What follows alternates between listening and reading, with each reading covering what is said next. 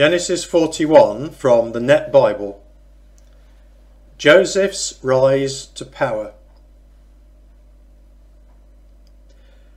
At the end of 2 full years, Pharaoh had a dream. As he was standing by the Nile, 7 fine-looking fat cows were coming up out of the Nile, and they grazed in the reeds. Then 7 bad-looking thin cows were coming up after them from the Nile, and they stood beside the other cows at the edge of the river. The bad-looking thin cows ate the 7 fine-looking fat cows. Then Pharaoh woke up. Then he fell asleep again and had a second dream. There were 7 heads of grain growing on one stalk, healthy and good. Then 7 heads of grain, thin and burned by the east wind, were sprouting up after them. The thin heads swallowed up the 7 healthy and full heads. Then Pharaoh woke up and realized it was a dream. In the morning he was troubled. So he called for all the diviner priests of Egypt and all its wise men.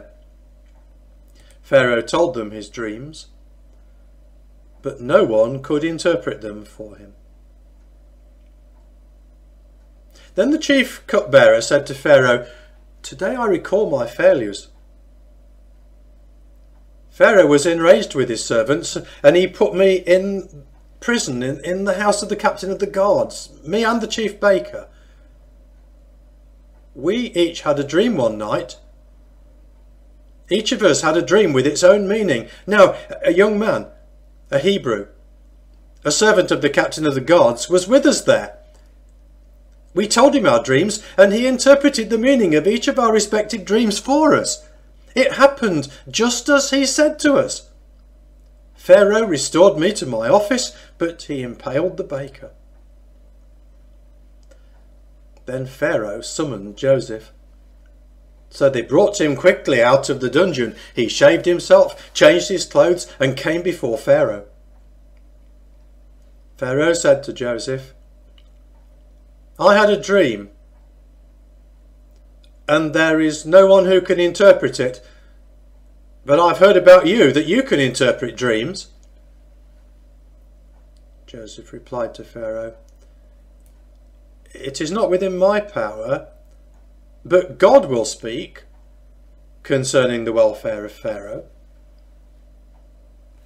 Then Pharaoh said to Joseph, "In my dream I was standing by the edge of the Nile. Then 7 fat and fine-looking cows were coming up out of the Nile, and they grazed in the reeds. Then 7 other cows came up after them. They were scrawny, very bad-looking and lean. I had never seen such bad-looking cows as these in all the land of Egypt. The lean, bad-looking cows ate up the 7 fat cows. When they had eaten them, no one would have known they'd done so, for they were just as bad-looking as before. Then I woke up. I also saw, in my dream, 7 heads of grain growing on one stalk, full and good. Then 7 heads of grain, withered and thin and burned with the east wind, were sprouting up after them. The thin heads of grain swallowed up the 7 good heads of grain.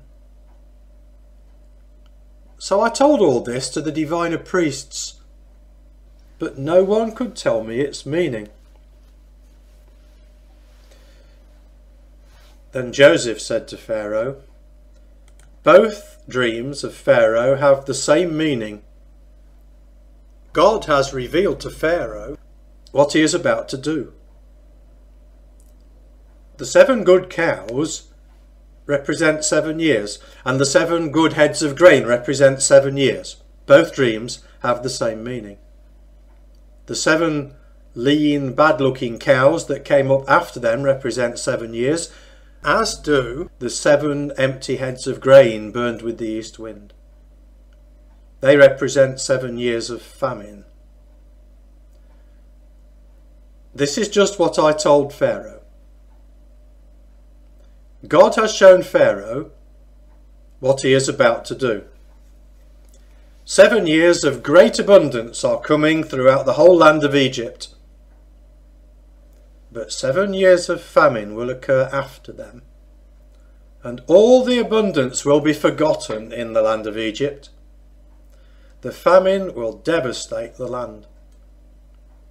The previous abundance of the land will not be remembered because of the famine that follows, for the famine will be very severe. The dream was repeated to Pharaoh because the matter has been decreed by God, and God will make it happen soon. So now Pharaoh should look for a wise and discerning man and give him authority over all the land of Egypt. Pharaoh should do this. He should appoint officials throughout the land to collect 1/5 of the produce of the land of Egypt during the 7 years of abundance. They should gather all the excess food during these good years that are coming. By Pharaoh's authority, they should store up grain so the cities will have food, and they should preserve it. This food should be held in storage for the land in preparation for the 7 years of famine that will occur throughout the land of Egypt.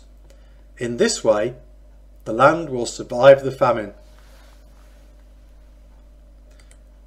This advice made sense to Pharaoh and all his officials, so Pharaoh asked his officials, "Can we find a man like Joseph, one in whom the Spirit of God is present?" So Pharaoh said to Joseph, "Because God has enabled you to know all this, there is no one as wise and discerning as you are. You will oversee my household, and all my people will submit to your commands. Only I, the king, will be greater than you." "See here," Pharaoh said to Joseph, "I place you in authority over all the land of Egypt." Then Pharaoh took his signet ring from his own hand and put it on Joseph's. He clothed him with fine linen clothes and put a gold chain around his neck. Pharaoh had him ride in the chariot used by his second in command, and they cried out before him, "Kneel down!" So he placed him over all the land of Egypt. Pharaoh also said to Joseph, "I am Pharaoh, but without your permission no one will move his hand or his foot in all the land of Egypt." Pharaoh gave Joseph the name Zaphanath-Paneah. He also gave him Asenath, daughter of Potipherah, priest of On, to be his wife. So Joseph took charge of all the land of Egypt. Now Joseph was 30 years old when he began serving Pharaoh, king of Egypt. Joseph was commissioned by Pharaoh and was in charge of all the land of Egypt. During the 7 years of abundance, the land produced large, bountiful harvests. Joseph collected all the excess food in the land of Egypt during the 7 years and stored it in the cities. In every city, he put the food gathered from the fields around it. Joseph stored up a vast amount of grain, like the sand of the sea, until he stopped measuring it because it was impossible to measure. 2 sons were born to Joseph before the famine came. Asenath, daughter of Potipherah, priest of On, was their mother. Joseph named the firstborn Manasseh, saying, "Certainly God has made me forget all my trouble and all my father's house." He named the second child Ephraim, saying, "Certainly God has made me fruitful in the land of my suffering."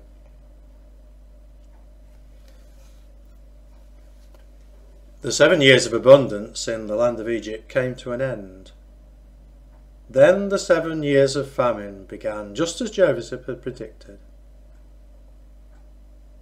There was famine in all the other lands, but throughout the land of Egypt there was food. When all the land of Egypt experienced the famine, the people cried out to Pharaoh for food. Pharaoh said to all the people of Egypt, "Go to Joseph and do whatever he tells you." While the famine was over all the earth, Joseph opened the storehouses and sold grain to the Egyptians. The famine was severe throughout the land of Egypt. People from every country came to Joseph in Egypt to buy grain because the famine was severe throughout the earth. Psalm 45 from the Net Bible. For the music director, according to the tune of Lilies by the Korahites, a well-written poem, a love song. My heart is stirred by a beautiful song. I say, I have composed this special song for the king. My tongue is as skilled as the stylus of an experienced scribe. You are the most handsome of all men. You speak in an impressive and fitting manner. For this reason, God grants you continual blessings. Strap your sword to your thigh, O warrior. Appear in your majestic splendour. Appear in your majesty and be victorious. Ride forth for the sake of what is right, on behalf of justice. Then your right hand will accomplish mighty acts. Your arrows are sharp and penetrate the hearts of the king's enemies. Nations fall at your feet. Your throne, O God, is permanent. The sceptre of your kingdom is a sceptre of justice. You love justice and hate evil. For this reason, God, your God, has anointed you with the oil of joy, elevating you above your companions. All your garments are perfumed with myrrh, aloes and cassia. From the luxurious palaces comes the music of stringed instruments that makes you happy. Princesses are among your honoured guests. Your bride stands at your right hand, wearing jewellery made with gold from Ophir. Listen, O princess. Observe and pay attention. Forget your homeland and your family. Then the king will be attracted by your beauty. After all, he is your master. Submit to him. Rich people from Tyre will seek your favour by bringing a gift. The princess looks absolutely magnificent, decked out in pearls and clothed in a brocade trimmed with gold. In embroidered robes, she is escorted to the king. Her attendants, the maidens of honour who follow her, are led before you. They are bubbling with joy as they walk in procession and enter the royal palace. Your sons will carry on the dynasty of your ancestors. You will make them princes throughout the land. I will proclaim your greatness through the coming years. Then the nations will praise you forever. Matthew 27 from the Net Bible. Jesus brought before Pilate. When it was early in the morning, all the chief priests and the elders of the people plotted against Jesus to execute him. They tied him up, led him away, and handed him over to Pilate the governor. Judas's suicide. Now when Judas, who had betrayed him, saw that Jesus had been condemned, he regretted what he'd done and returned the 30 silver coins to the chief priests and the elders, saying, I have sinned by betraying innocent blood. But they said, what is that to us? You take care of it yourselves." So Judas threw the silver coins into the temple and left. Then he went out and hanged himself. The chief priests took the silver and said, "It is not lawful to put this into the temple treasury, since it is blood money." After consulting together, they bought the potter's field with it as a burial place for foreigners. For this reason, that field has been called the Field of Blood to this day. Then what was spoken by Jeremiah the prophet was fulfilled. They took the 30 silver coins, the price of the one whose price had been set by the people of Israel, and they gave them for the potter's field, as the Lord commanded me. Jesus and Pilate. Then Jesus stood before the governor, and the governor asked him, "Are you the king of the Jews?" Jesus said, "You say so." But when he was accused by the chief priests and the elders, he did not respond. Then Pilate said to him, "Don't you hear how many charges they are bringing against you?" But he did not answer even one accusation, so that the governor was quite amazed. During the feast, the governor was accustomed to release one prisoner to the crowd, whomever they wanted. At that time, they had in custody a notorious prisoner named Jesus Barabbas. So after they had assembled, Pilate said to them, "Whom do you want me to release for you? Jesus Barabbas, or Jesus who is called the Christ?" For he knew that they had handed him over because of envy. As he was sitting on the judgment seat, his wife sent a message to him, "Have nothing to do with that innocent man. I have suffered greatly as a result of a dream about him today." But the chief priests and the elders persuaded the crowds to ask for Barabbas and to have Jesus killed. The governor asked them, "Which of the two do you want me to release for you?" And they said, "Barabbas." Pilate said to them, "Then what should I do with Jesus who is called the Christ?" They all said, "Crucify him." He asked, "Why? What wrong has he done?" But they shouted more insistently, "Crucify him!" Jesus is condemned and mocked. When Pilate saw that he could do nothing, but that instead a riot was starting, he took some water, washed his hands before the crowd and said, "I am innocent of this man's blood. You take care of it yourselves." In reply, all the people said, "Let his blood be on us and on our children." Then he released Barabbas for them. But after he had Jesus flogged, he handed him over to be crucified. Then the governor's soldiers took Jesus into the governor's residence and gathered the whole cohort around him. They stripped him and put a scarlet robe around him, and after braiding a crown of thorns, they put it on his head. They put a staff in his right hand, and, kneeling down before him, they mocked him. "Hail, King of the Jews!" They spat on him, and took the staff and struck him repeatedly on the head.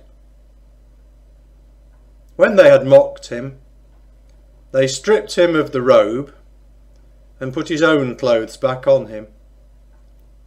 Then they led him away to crucify him. The Crucifixion. As they were going out, they found a man from Cyrene named Simon, whom they forced to carry his cross.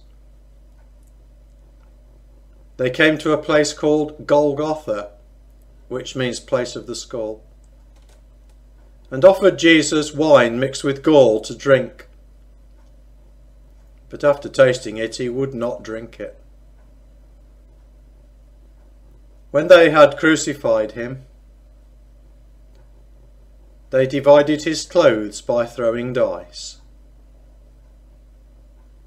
Then they sat down and kept guard over him there. Above his head they put the charge against him, which read, "This is Jesus, the King of the Jews." Then 2 outlaws were crucified with him, one on his right and one on his left. Those who passed by defamed him, shaking their heads and saying, "You who can destroy the temple and rebuild it in 3 days, save yourself. If you are God's son, come down from the cross." In the same way, even the chief priests, together with the experts in the law and elders, were mocking him. He saved others, but he cannot save himself. He is the King of Israel. If he comes down now from the cross, we will believe in him. He trusts in God. Let God, if he wants to, deliver him now, because he said, "I am God's son." The robbers who were crucified with him also spoke abusively to him. Jesus' death. Now from noon until 3, darkness came over all the land. At about 3 o'clock, Jesus shouted with a loud voice, "Eli, Eli, lema sabachthani." That is, my God, why have you forsaken me?" When some of the bystanders heard it, they said, "This man is calling for Elijah." Immediately one of them ran and got a sponge, filled it with sour wine, put it on a stick and gave it him to drink. But the rest said, "Leave him alone. Let's see if Elijah will come to save him." Then Jesus cried out again with a loud voice and gave up his spirit. Just then, the temple curtain was torn in two, from top to bottom. The earth shook, and the rocks were split apart, and tombs were opened, and the bodies of many saints who had died were raised. They came out of the tombs after his resurrection and went into the holy city and appeared to many people. Now when the centurion and those with him who were guarding Jesus saw the earthquake and what took place, they were extremely terrified and said, "Truly, this one was God's son." Many women who had followed Jesus from Galilee and given him support were also there, watching from a distance. Among them were Mary Magdalene, Mary the mother of James and Joseph, and the mother of the sons of Zebedee. Jesus' burial. Now when it was evening, there came a rich man from Arimathea named Joseph, who was also a disciple of Jesus. He went in to Pilate and asked for the body of Jesus. Then Pilate ordered that it be given to him. Joseph took the body, wrapped it in a clean linen cloth, and placed it in his own new tomb that he had cut in the rock. Then he rolled a great stone across the entrance of the tomb and went away. Now Mary Magdalene and the other Mary were sitting there opposite the tomb. The guard at the tomb. The next day, which is after the day of preparation, the chief priests and the Pharisees assembled before Pilate and said, "Sir, we remember that while that deceiver was still alive, he said, 'After 3 days I will rise again.' So give orders to secure the tomb until the 3rd day. Otherwise his disciples may come and steal his body and say to the people, 'He has been raised from the dead.' And the last deception will be worse than the first." Pilate said to them, "Take a guard of soldiers. Go and make it as secure as you can." So they went with the soldiers of the guard and made the tomb secure by sealing the stone.